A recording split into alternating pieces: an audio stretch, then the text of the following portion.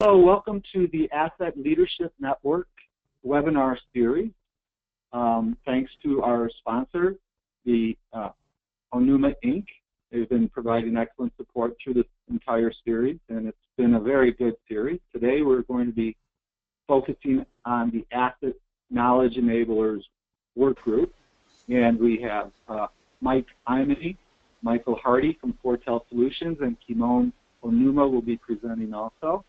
Tim Guzman from Bentley, who is on this work group, was called away to South America, so he extends his apologies. And as a point of business, there is a questions link in the control panel, and you should be able to provide us questions that we'll answer as we can as we're going forward, or save them for the very end. So we're going to hand this over now to Mike Imany. He is the leader of the Asset Knowledge Enablers work group. Mike, thank you very much, and good afternoon, everybody. We are going to give a presentation of the activities of the Asset Knowledge Enablers work group. I'll introduce the scope of the Enablers Working Group activity, and then we're going to present two case studies that I think you'll find very intriguing that applies knowledge enablers to the asset management process. So next slide, if I could. On the next slide is the Institute of Asset Management conceptual model, and the asset knowledge enablers are down at the bottom with arrows sticking up, if you will. We interface with the asset management decision making, the asset management risk and review, and we certainly interface with the entire life cycle delivery activity. And what is it that we do? Next slide, please.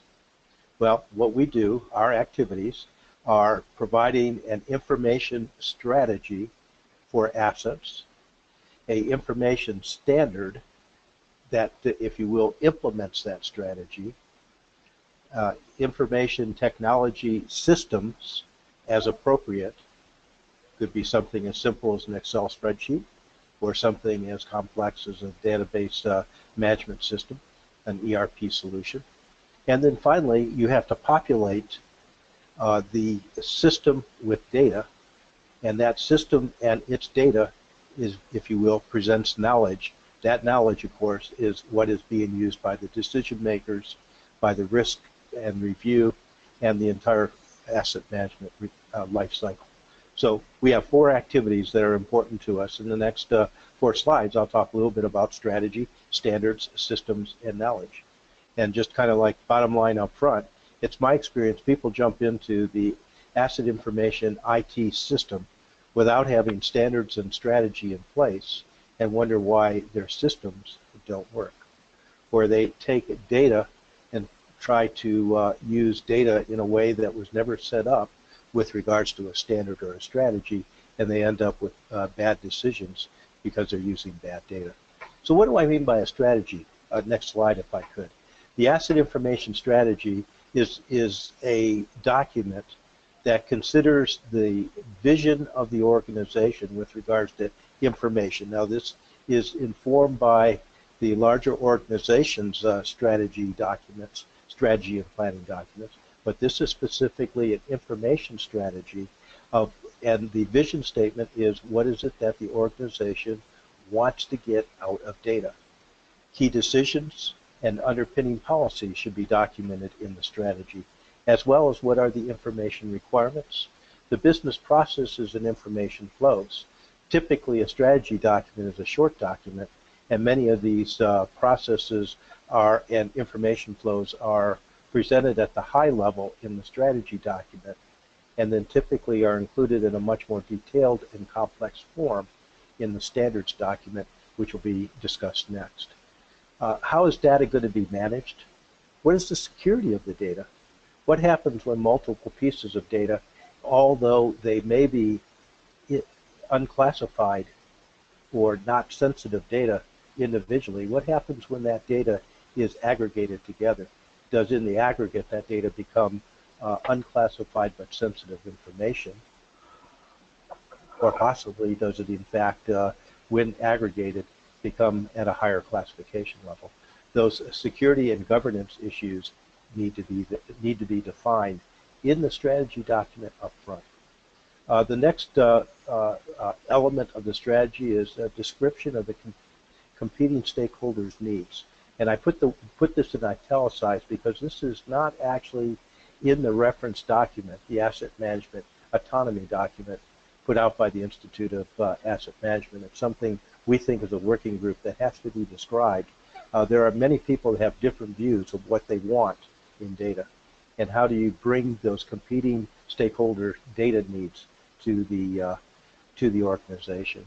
Although it's very difficult to create a system functionality statement in the strategy, I put that out there to state that at the beginning of the process, you want to ask the question, what kind of system for collecting data and repository of data do you want? And then ultimately, some description, probably refined later on, of the cost and benefits of, in fact, having an IT system that works. Could I have the next slide, please? Asset information standards. The next document is actually a series of documents that are the technical details of what you want to collect with data. It starts out with a framework of hierarchical categorization of the assets and the subcomponents. And I think maybe an example might be a good idea at this point. My experience in the real property community is that an asset could be a building, a structure,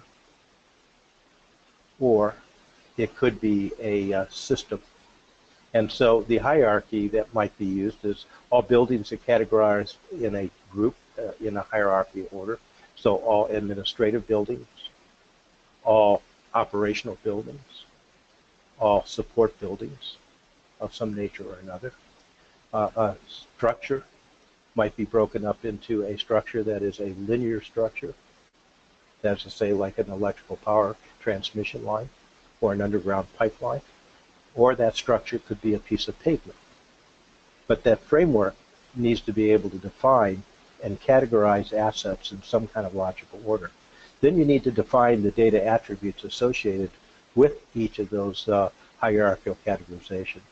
And let's stay on real property inventory management for a moment. Is the building have a square foot? Does it have a length and a width? Does it have a location?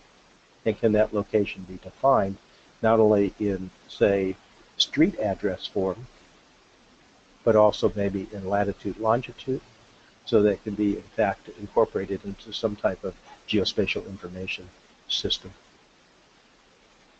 One needs to describe in the standard the approach for collecting and maintaining the data, the serviceability and usability characteristics, how the data will be used, and then fundamentally, how are you going to measure the quality of the data? For example, Facility Condition Index, FCI, may be a characteristic of the database. FCI, Facility Condition Index, is usually a percent number, and so will the data standard place this as a decimal unit, 0.75, or will it be a percent, 75? It'll make a big difference in the database if you mean 75, but you put in 0.75. So having the data quality standard set and the attribute definitions formed allows you to create that analysis if you have good data. It'd be very easy, for example, if Facility Condition Index by this attribute definition format and relationship is supposed to be a percent number, and the percent number has no decimal point to it, it's 75% or 80%, that from a data quality point of view, you can very quickly use a computer to say any FCI that is less than 1 or greater than 100% is an invalid data element and needs to be cleansed. Next, if I could please, so information systems is our third attribute or third characteristic of the asset enablers. This is your IT systems. It needs to be able to uniquely register assets into a database. That is to say, there needs to be some kind of unique identification numbering scheme so that every asset has a unique characteristic and therefore does not become double counted. I will argue that there's probably a linkage between a data file and a geospatial information. And this might be true, and I've been thinking about real property for the last 5 minutes or so, but this may be also for widgets, washers, and in fact, geospatially identifying the asset individually, that is to say, have a picture of it, but by the location of where that washer, that widget, might be located in a bin or a storage shelf if this was in fact personal property as opposed to real property.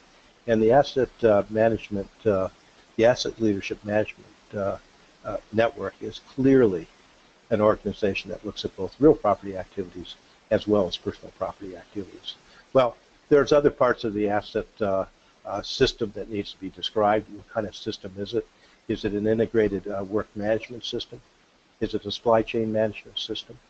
Is it a system for production or maintenance? Or is it a combination of those systems that work off of a standard inventory-based foundation? What decision support tools and visualization data analysis is to be linked to the information, the data, and the knowledge? That needs to be described as probably part of the information system. If all you do is put data in and you don't have a mechanism for getting the data out and viewing the data in a way that you can make decisions or evaluate risks, it's probably not reasonable. It's not a reasonable, complete system. Certainly, an asset database does not stand on its own. There are other databases, for example, the procurement database used to buy, the finance database in order to pay for the operations and maintenance and disposal of the asset, thinking about the asset life cycle. There may be handshakes with GIS systems so that there's a single place where authoritative data is held, but these other systems can in fact hold these. And then something that is not in the anthology of the asset management reference document is automated input to sensor data, or the emerging Internet of Things. Stuff like buildings will have in them things that talk to the Internet, like thermostats and air conditioning systems and the like. So how are these automatic input to sensor data, maybe it's electrical meter data, how it will be tied to the asset information to provide complete and total value? So those are the, well, then that leads us to the last element or attribute of the enablers working group's area of expertise, and that is you've got to put data into this system following a standard and under the guise of a reasonable strategy, information strategy.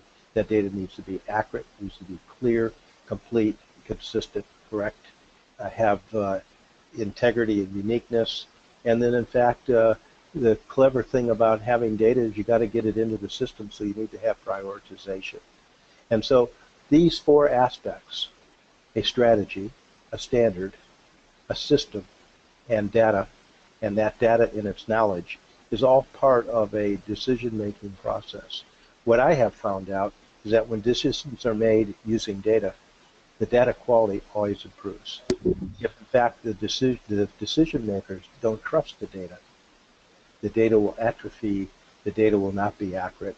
The data then gets into a self-licking ice cream cone of I won't use your data because it's not accurate, as opposed to an approach where in fact and indeed management uses the data for decisions.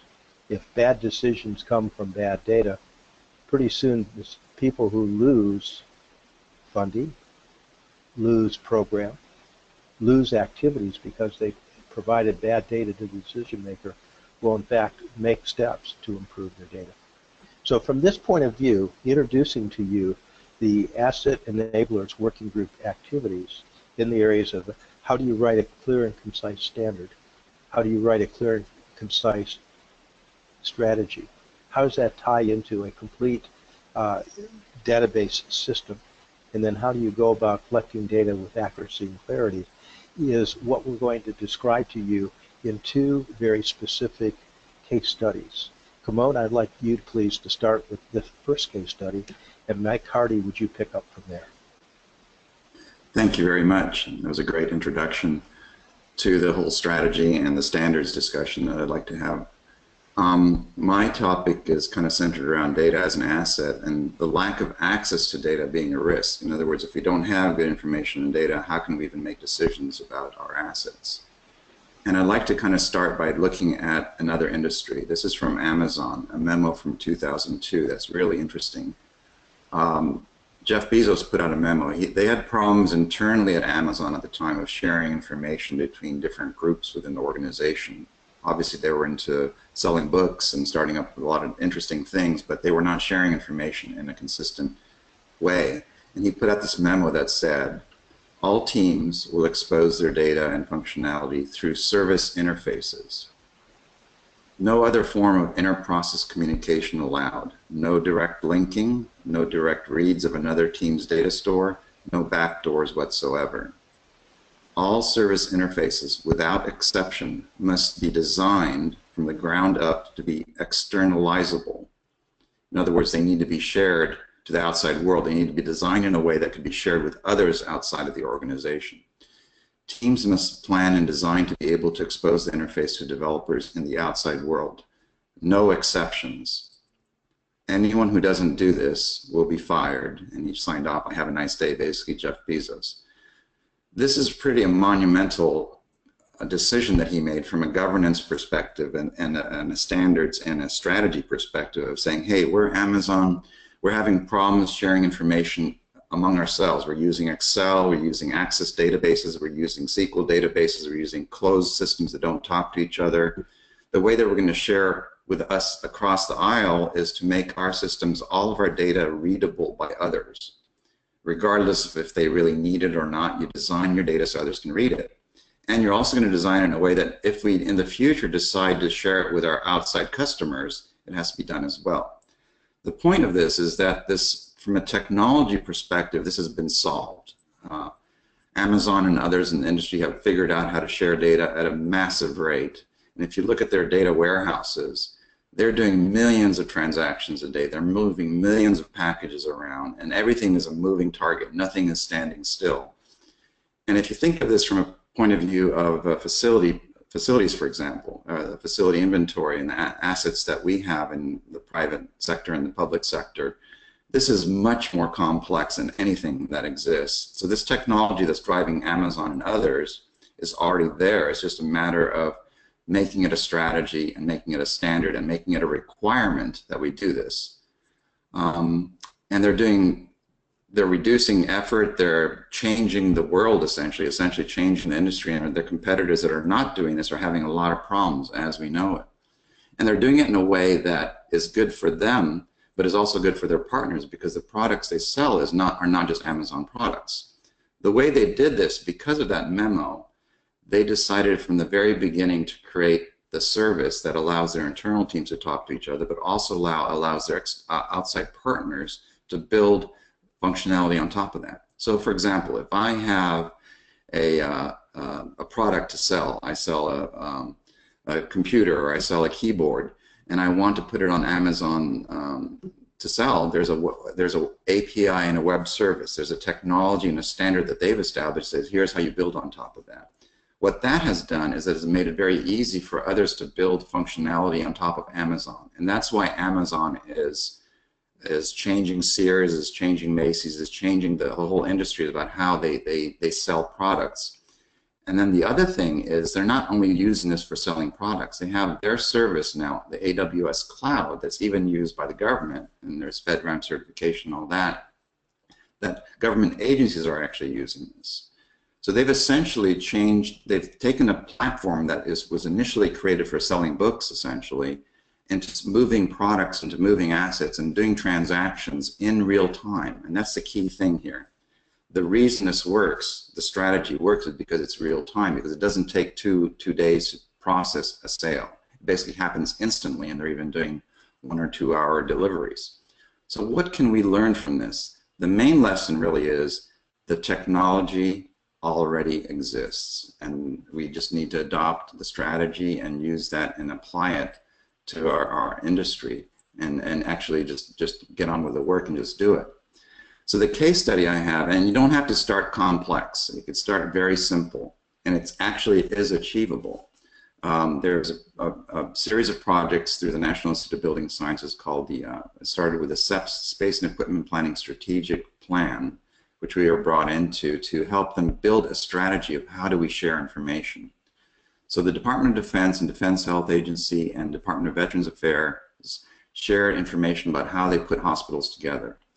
They had a database online in the end, and they started from a desktop, but they had their own application that was not shared with the outside world that had the rules, the standards of how they call these pieces, the equipment in the buildings, the spaces in the buildings. And I'd also like to stress that it doesn't matter if you call it a building or a financial transaction or a book or an entire hospital, it's all just data. It doesn't matter what it really is. So you can broadly say that data is just data and you just apply it to different things. As soon as you put it into a location, for example, like Mike described, Mike Imany on the location, if you attach data to a location, then you can start making decisions with that. Should we build a hospital in this location? Or we have a portfolio of hospitals around the world and we need to aggregate the square footage of them and put it into the FRPP, the reporting that happens at the federal level. How much square footage do we have, or how many buildings do we have? A lot of those transactions in government agencies are not done in real time. They're done, it takes months or if not years to aggregate information, if not days, and it should be done in seconds because the technology is already there, as long as systems can talk to each other, just like the Amazon example. So the SEP strategic plan was really kind of putting a stake in the ground and said, if we have information about how we put healthcare facilities together, and they are in a system, in a database, why can't we share that with the world? The knowledge that we have, most organizations have great knowledge, there's no question about it. There's great people working in the organizations, they have a great knowledge, but it's trapped in a format, in the wrong format, in the wrong static format, and in the wrong digital format, and in the wrong tools. Even if there's authoritative source data, if you can't get to it, then it's really useless. It's only useful to that single use and that single application, just like Amazon said, if you can't share it, then goodbye, you better figure out how to share it. We all live in this world that we're used to doing a search on Amazon and finding the product that we need, and we need to use that same technology to manage our assets and our facilities. That's the strategy and that's the standards. Once you have the standards in place, you can start doing things like finding, counting, and cleaning. How much stuff do we have? How do we define those requirements to our partners? How do we define those internally to our organization? Every single organization that we've talked to and worked with have struggled immensely with just even sharing information internally for many different reasons. Obviously there's a security concern, but the problem is a lot of these security discussions turn into a crutch in many ways. Because this might be secure data, let's lock it up so nobody can get to it, including ourselves. If we can't get to our own data, how do we make decisions? You flip that around and say you have good information, you just need to learn how to expose it and distribute it. And you can't distribute it by a CD. This space and equipment planning system data used to be distributed by a CD up until just a few years ago. It used to cost $100,000 a year just to burn and distribute the CDs. As soon as you stamp the data on a CD, it's obsolete because data is constantly changing and moving. Imagine Amazon sharing their sales information with their partners through a CD. It would be absolutely ridiculous in this day and age, but a lot of sharing of data information is done in this way. So that's, from a strategic point of view, this is a huge risk because it's not real-time data. It can be compromised because I can pick up that CD and read it, or it gets lost in the mail, which has happened, and it just doesn't work. So the space and equipment planning system, the ecosystem that we suggested to the DoD and VA, was essentially the Amazon strategy. Take your data, park it somewhere, catalog it, build it on top of a platform that already exists. Don't build it from the ground up, because a lot of owners and a lot of government agencies build IT from the ground up, and they build it over and over again, the same thing over and over again. We need a login system, we need a security system. We all have different strategies of doing that. So it's a huge waste of resources, and it's a huge risk to the data as well. If you're managing and sharing information in a poor way, the way it's done like this, then yes, your adversaries are going to break into it and do bad stuff with it. But if you figure out how to secure it and be able to share it with the right people at the right time, then you can make great decisions from it. So, for example, for the DoD and VA, their standards of how they design hospitals, we convinced them and we said, look, this data is public. There's nothing secret about how you put an operating room together. But as soon as that operating room is in Afghanistan, it's a whole different security level, yes. But if you're starting a project and you share with your partners what you call things, just like the Amazon marketplace, how do I catalog and find that book that I want to buy? How do I catalog and define what goes into an operating room? And everything is a moving target. We suggested park it somewhere that makes it accessible, and that was done with max.gov. It could have been on Amazon. It could be a lot of different places, but it's essentially park it somewhere that makes it accessible, that secures it, and then defines rules of how to share it with your partners. That's the strategy, and that's a standards discussion. We need to share our data in a way that we can use it, and we need to be able to communicate that with the outside world. And that'll open up opportunities for our partners to sell their product, just like Amazon did. They said, open up our platform to our partners so they can share information. So Max was chosen as a place to park the catalog of equipment that the VA and DoD defines as requirements that go into a hospital.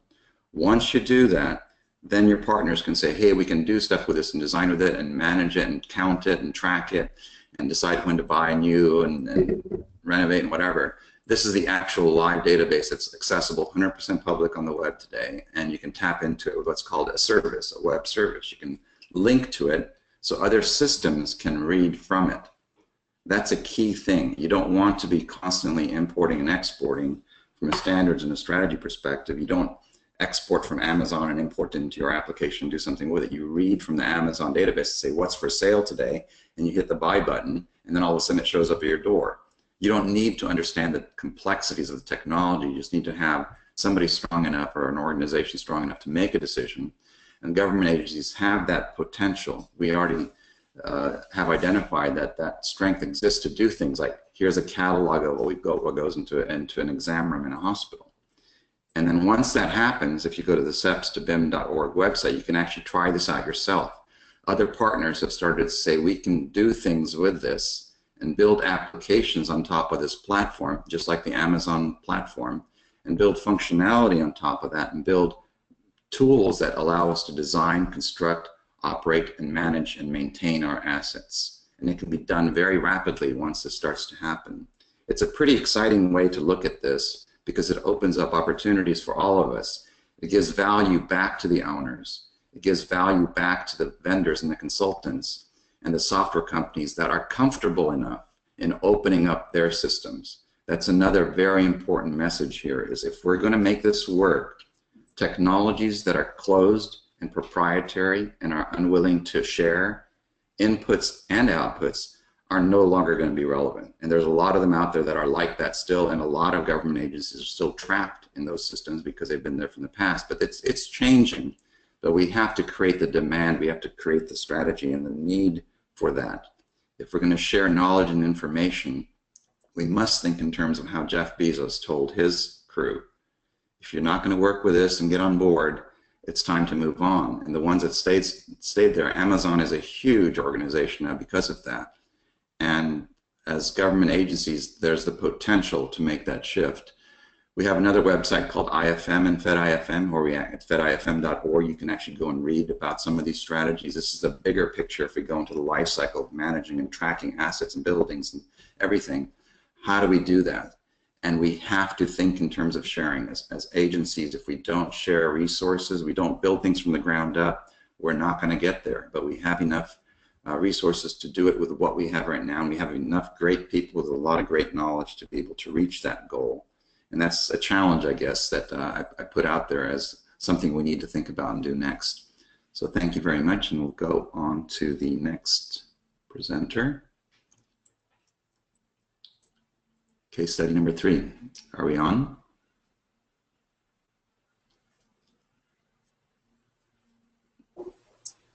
Yes. You have audio? Excuse me. I think I have audio.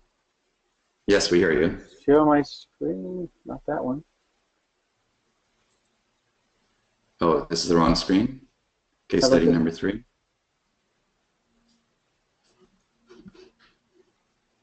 I'm sorry. Mike Hardy? Yeah. Is this the right screen? it should say case study number 2, Bureau of Indian Affairs. Yes. All right.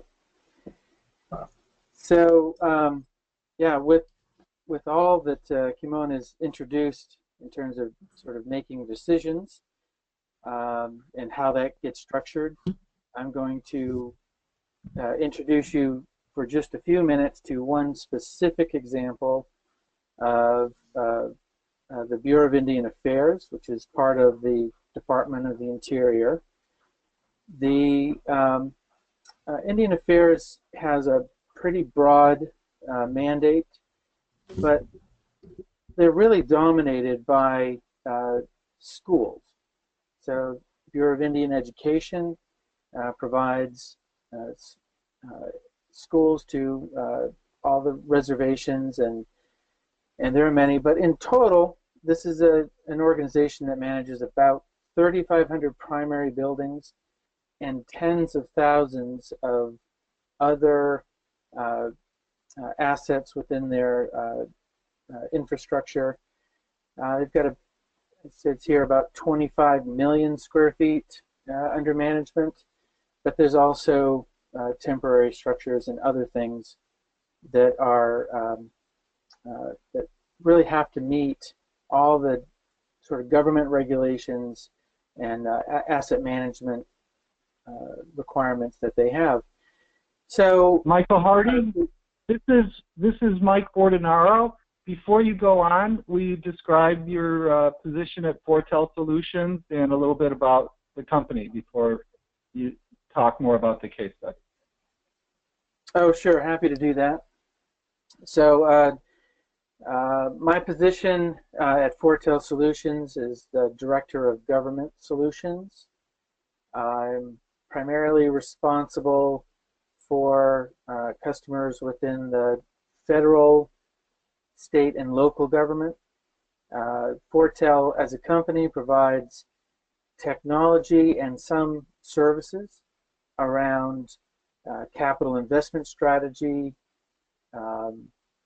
and asset management from sort of the pillars that we talk about of sustainability, energy, capital planning, and environmental are being our 4 primary. So we've developed a number of technologies to support that, and all of them are really designed to support a standard of one kind or another, partly because of the principles that Mike Imany laid out and that Kimon followed on.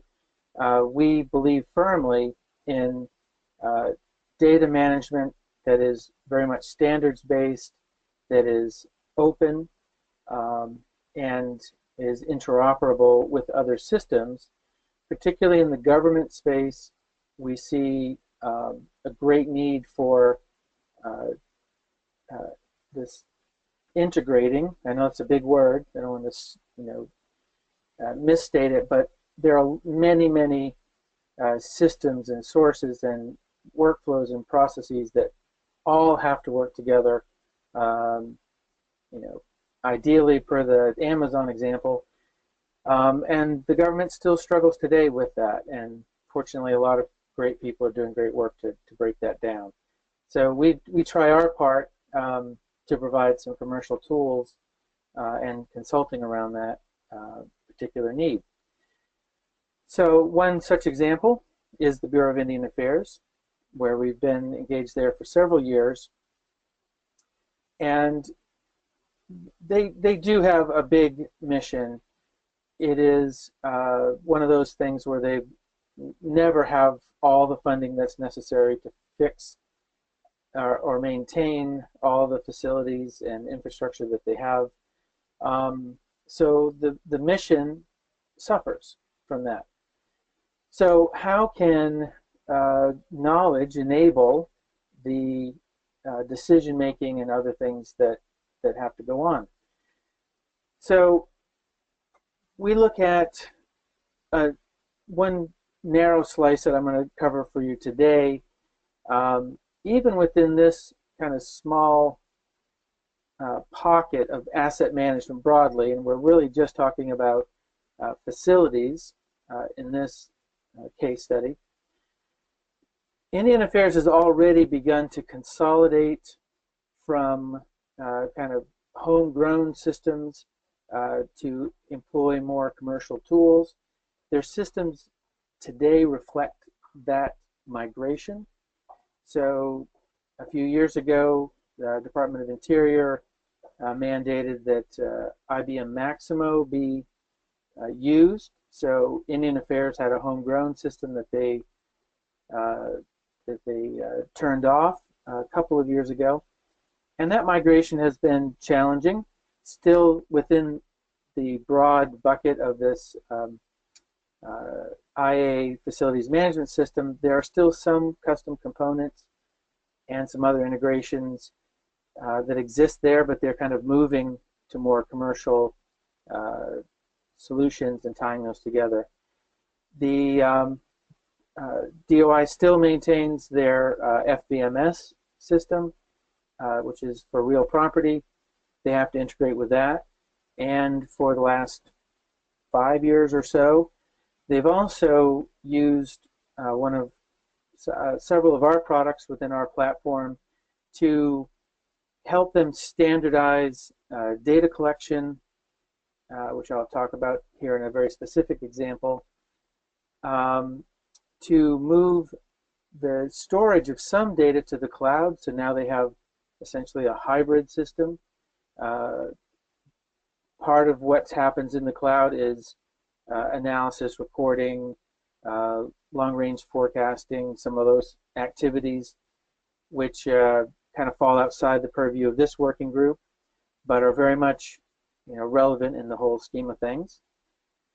And the SaaS platform supports data interoperability, open APIs, services-based architecture to be able to communicate with some of the stakeholders who are not available, for whom the Department of Interior networks are not available, but also to be able to tie together some of the IAFMS and FBMS requirements, all kind of eventually, slowly at sort of the government's pace, moving down the path to a much more integrated and open and communicative system to better meet their needs. The doing that does open up some security things. Again, going off what Kimon has already mentioned, it is an understandable concern for government entities that just have these massive data stores, that they want to protect them, and the old ways of protecting them was to hide them behind firewalls and in some cases even onto dark networks.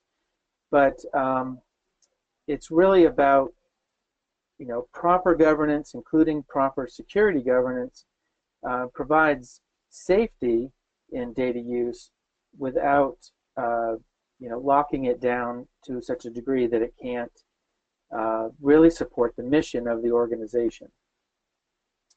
So let me excuse me. Let me give you one kind of highlight example. And this is really about doing facility condition assessments. Now, the Indian Affairs uses, I would say several, but really probably it's 2 or 3 different kinds of assessments at this point. So one is the quite traditional condition assessment, where assessment teams are sent into the field.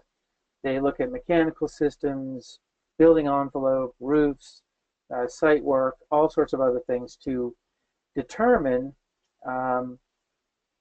what condition are those facilities in, what are the deficiencies that those those facilities have, and in most cases, those teams take with them information from other data sources, such as they take all the data about work orders for those facilities with them.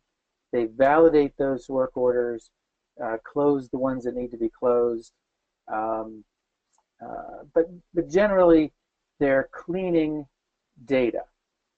Now, this is historically something that is really open to problems of consistency.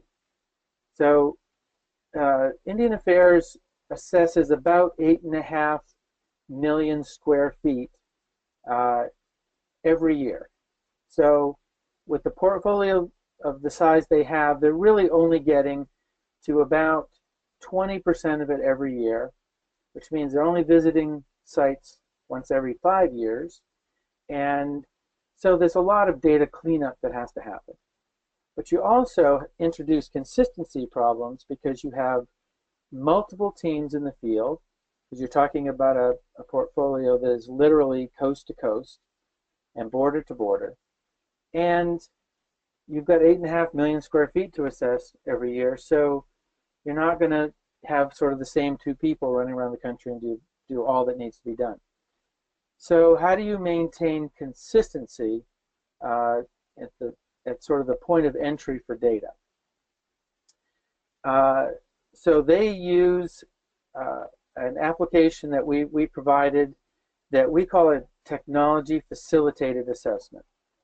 And this piece of technology is designed specifically to maintain the standard. So a few slides ago I touched on just a few of the standards that are employed here, and there's a host of many others.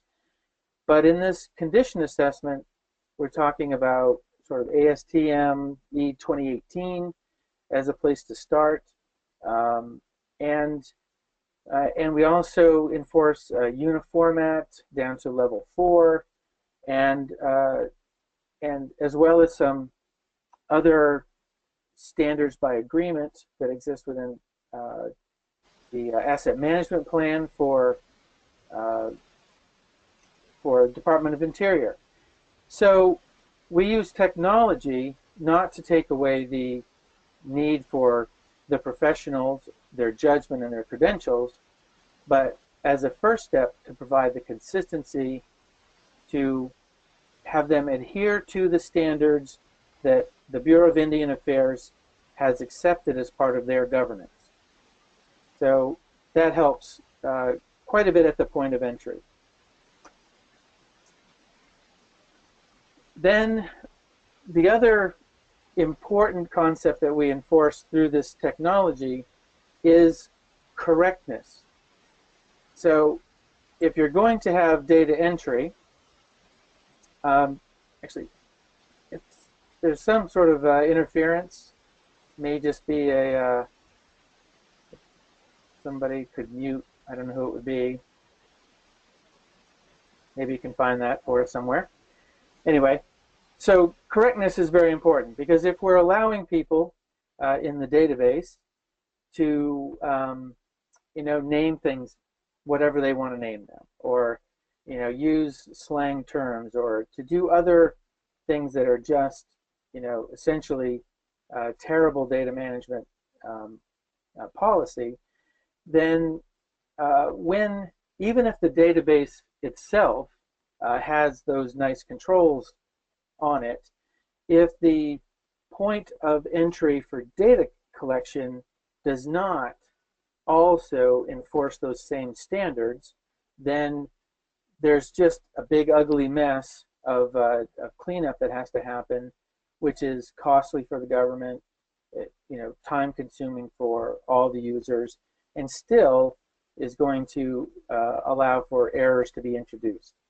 So what we want to do through this piece of technology is to populate it with the acceptable answers, so that it becomes a matter of picking from a list of choices. And that goes hand in hand with reducing the technology burden on the user of this application, in this case the assessor, because their job is to be an engineer and to be in the field and to determine the needs of that facility. what they don't want to have to do is have such a high overhead of the technology that it's just really an annoyance as opposed to an enabler. So in this case, the structure is such that the intelligence of the data structure of the application that manages it understands that based on the answer of, for one field, determines the choices for the other, so that the assessor is always presented essentially with the fewest possible correct answers, which allows them to make fewer mistakes and to keep the data consistent and least possible rework. And then finally, I think this is my last one here, what we want to be able to do is enable the assessment team to do a complete job at the right time. So it is always possible to, when you're collecting data for whatever purpose, to do a pretty good job, and then assume that when you get, back to your office or your desk or your whatever, that you're going to fill in the blanks. You're going to, you're doing some, shorthand here, but you're going to get back and clean that up. Well, we believe that the timing of the data collection and the QA process in the field is what contributes more than anything to the completeness of the data collection activity. The point at which you are on site is the point where you have the best information. So before an assessor leaves the site, they get their field QA activity includes things such as understanding that they've met all of the requirements of the site. So you can see in this example screen here, we've got red, green, and I don't see any yellow, but those are the possible options. So they know that for a particular item, if they have 3 green dots, they have done everything they're supposed to do. They've taken their photos and they've created actions and so forth. And where they have red dots, they need to address that. And in some cases, they have yellow where they have started something but not completed it. This is to encourage them to finish this while they're here on the site. And Indian Affairs insists on this primarily because they, besides understanding it's just sort of good practice for data management, in many cases the sites that the assessors go to are very, very remote. And the idea that somebody would have to go back there to complete some data is costly from a time and money point of view. So so those are the things that we feel enforce good data practices in the field, all through that by the use of technology that is designed to enforce those things. And my final slide before I hand this back to Mike Imany is to say within this knowledge enablers group, we're supporting many other parts of this ecosystem. So data that are well, that function well within all the principles that we've been talking about for the last 40 minutes. They support the decision makers. And in this case at Indian Affairs, that's really about capital investment strategies of all kinds. There's always more need than there is funding. And what are you going to do about that? How will you prioritize that? How do you do what's most important and try to catch up on the others as you can? We're also supporting their life cycle delivery by helping them be more operationally effective. Good data feeds those kind of decisions to how the facilities operate and highlighting the problems that they may have. And then finally supporting risk and review by giving them the data they need for good oversight, for making sure they're compliant with all the many regulations and that they're providing a safe and healthy environment, whether it's a school or an office building or some other tribal facility. So that wraps it up for me. I'll hand this back to Mr. Imany. Mike, thank you. And I appreciate everybody's opportunity to present, to offer their views, and I really appreciate everybody that's joined the panel. Mike B., I know that there may be some questions out there, and so I'll turn it over to you as kind of the moderator, but I have a couple questions for my panel, should the audience have not sent any in. Well, there's some for Kimon and some for Michael Hardy, but if you want to go ahead and get started, then I'll fill in. Okay. Are those showing up on the Google Docs document? Well, the one for Michael Hardy was, are there specific benefits that the Bureau of Indian Affairs are realizing from this approach? Good question. Mike? Yeah, I think the first one. The answer? Yeah. Oh yeah. Well, I think the first one is probably the most obvious, and it is that their funding is very much tied to how they're able to justify and document their need. So they have certainly had their share of, or taken their share of lumps from the GAO, for example, and a lot of what we're trying to do there in terms of improving access and transparency is in response to some of the criticism from the GAO. But it really has been a transition to help them do a much better job of documenting and justifying the needs that are there, which support their funding requests. And they have definitely seen that return. Let me ask the question this way. So the person down in the field or out in the hinterland that actually is struggling to put data in the system, what benefit does he or she get from putting that data into the system? Does he or she see budgets coming to them because of good data? Yeah, that's exactly right. And it is, I would still say, the primary benefit, because no one likes data calls for no good reason. Well, seemingly no good reasons. For seemingly no personal benefit. Yeah. Got it.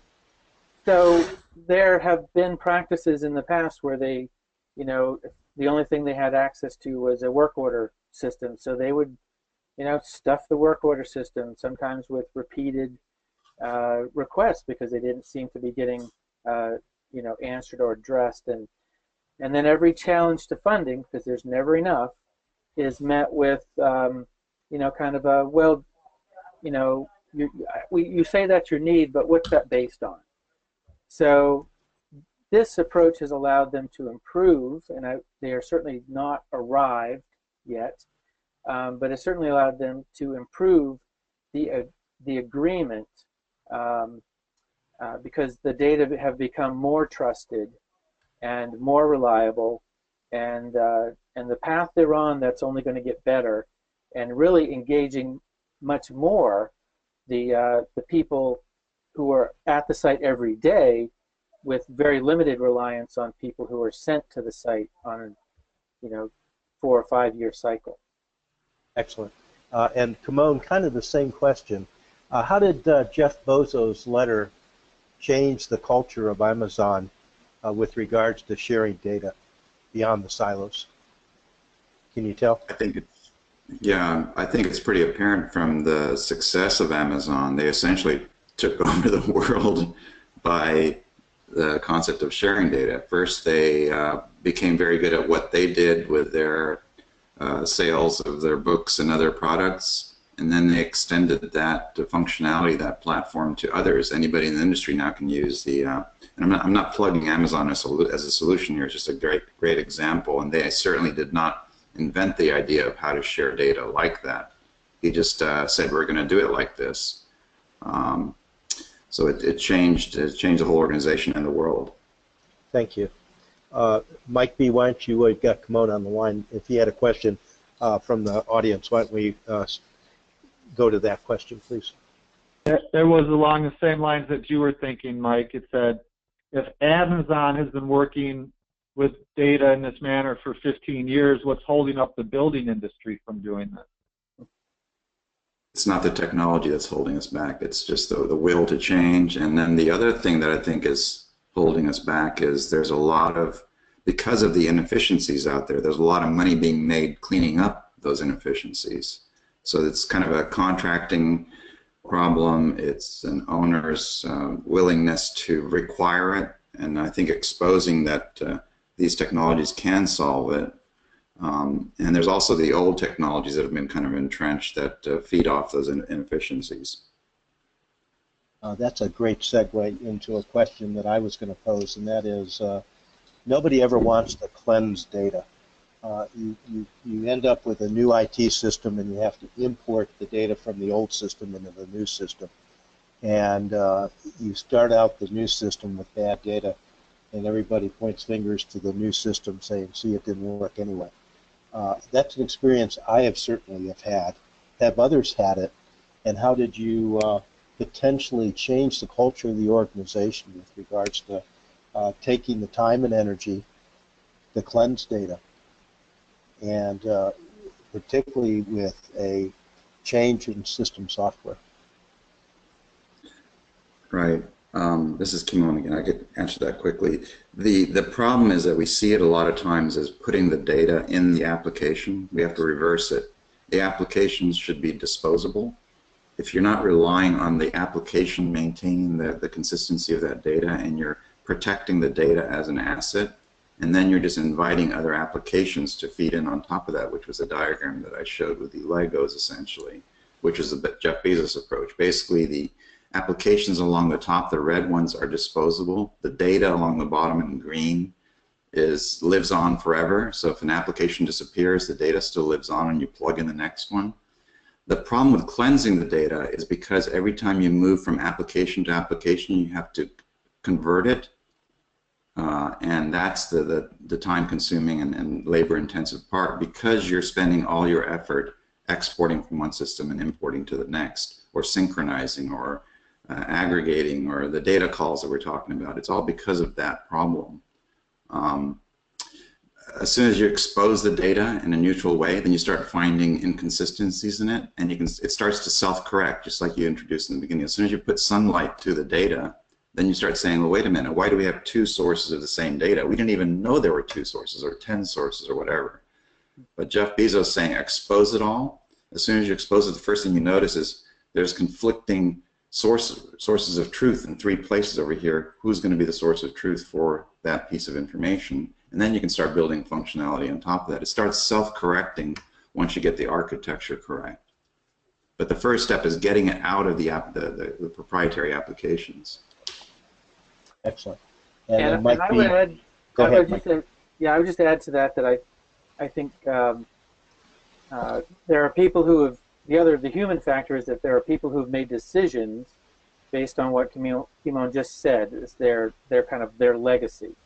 So if a lot of times it is just the simple human thing like, well, I don't want to have to, I don't want to clean up data that essentially makes me revisit and have to defend decisions that have been made in the way that a corporation doesn't want to restate its earnings from the last 3 quarters ago. You have to overcome that, and it takes considerable leadership on the customer's part to be able to acknowledge that they're moving forward in that way. Excellent. And then finally, Mike B., I see another question that's been posted on the Google Docs. Do you want to kind of pick up on that one? No, you go ahead. Okay, so this is to Mike Hardy. coming from Dave. Did the BIA consider Tririga from IBM since they were also selected Maximo from IBM? Yeah, so so I think that the Maximo decision from Interior, while I was not involved in any of those decisions, of course, I actually believe that predated IBM's sort of, ownership of both of those products, and they have been on a path to implement Maximo across Department of Interior for many, many years. So I think they're trying to do what they can. So BIA, at least, is really only using Maximo because Interior makes them, and Tririga is a very nice product, but I haven't heard anybody there, talk about it as something they're going to add to what they already see as kind of.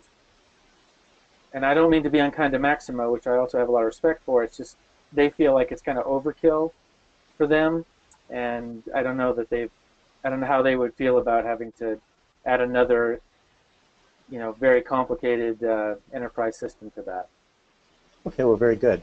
I think with the time we have left, Mike B, we should turn the controls back to you, and we thank you for taking the time to listen to what the Knowledge Enablers Working Group is thinking about, both our strategy, standard, systems, and data and knowledge approach, and then a couple of examples of how this might result in using data as an asset. Mike B, over to you. Well, yes, thank you all for participating, and Michael Hardy specifically, thank you for relating knowledge enabling to the other work groups. And next week we're going to have our final work group webinar, Risk and Review, at the same time. So please check in and join us then. And thank you to Kimon Onuma and the Onuma team for their support of this webinar series. See you next week. Great. Thank you. Thank you.